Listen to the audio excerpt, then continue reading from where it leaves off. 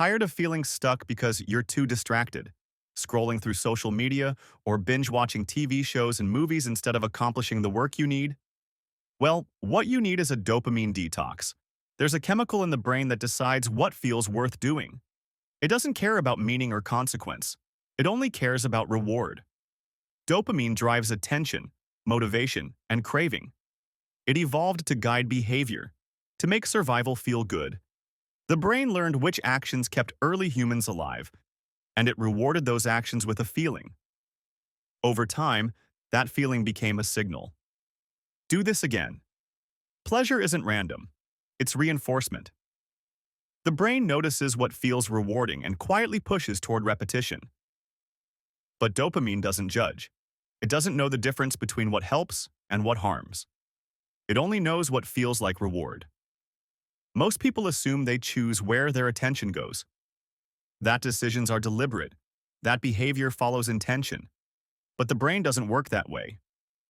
Given a choice between effort and instant reward, it leans toward what feels better now. Not always, but often enough. Occasional rewards aren't the issue. Constant stimulation is. Repeated dopamine spikes train the brain to crave more. The craving becomes automatic. Actions happen without thought. Scrolling, checking, refreshing. None of it requires a decision anymore. It's just what the hands do. Modern life amplifies this. Products and platforms are designed to maximize engagement. Feeds don't end. Videos autoplay. Notifications arrive unpredictably. Variable rewards keep attention locked in. The system isn't broken. It's working exactly as intended.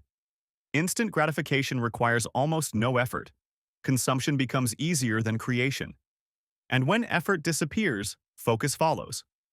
The brain becomes less willing to engage in anything that feels hard. Challenging work starts to feel unbearable. Meaningful tasks get postponed, not out of laziness, out of learned avoidance. This affects nearly everyone. The shift happens quietly. Most people don't notice until focus is already gone. Someone sits down to work. Within minutes, their phone is in their hand. They didn't plan to check it. They don't remember picking it up. But the loop is running. The brain saw an opening and filled it with stimulation. The workday stretches longer because attention keeps fracturing. And at the end of it, they feel exhausted without having accomplished much. The cost isn't dramatic. It's cumulative. Focus weakens. Patience thins. Boredom becomes intolerable.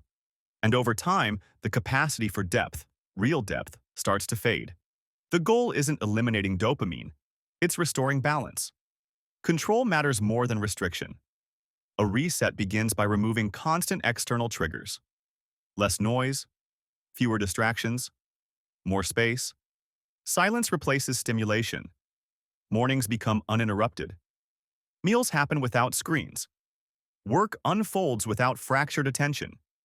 At first, boredom feels uncomfortable. The brain resists. It pushes back against the absence of stimulation. But then something shifts. Focus begins to return. Attention deepens. Flow becomes possible again. Without constant comparison, creativity improves. Progress feels personal, not performative. Time reappears when consumption fades. Space opens for movement, learning, neglected interests. Effort-based rewards regain value. Accomplishment feels satisfying again. Presence increases as stimulation decreases. Moments feel slower, more vivid. Impulsive behavior weakens without constant cues. Decisions become intentional again. Boredom turns into a doorway instead of an obstacle. It creates room for reflection, for clarity. Lower stimulation reveals how noisy daily life really is, and how rarely the mind gets rest. Think of it this way. A pond disturbed by constant ripples never settles. The surface stays chaotic. But when the disturbance stops, stillness returns. The water clears.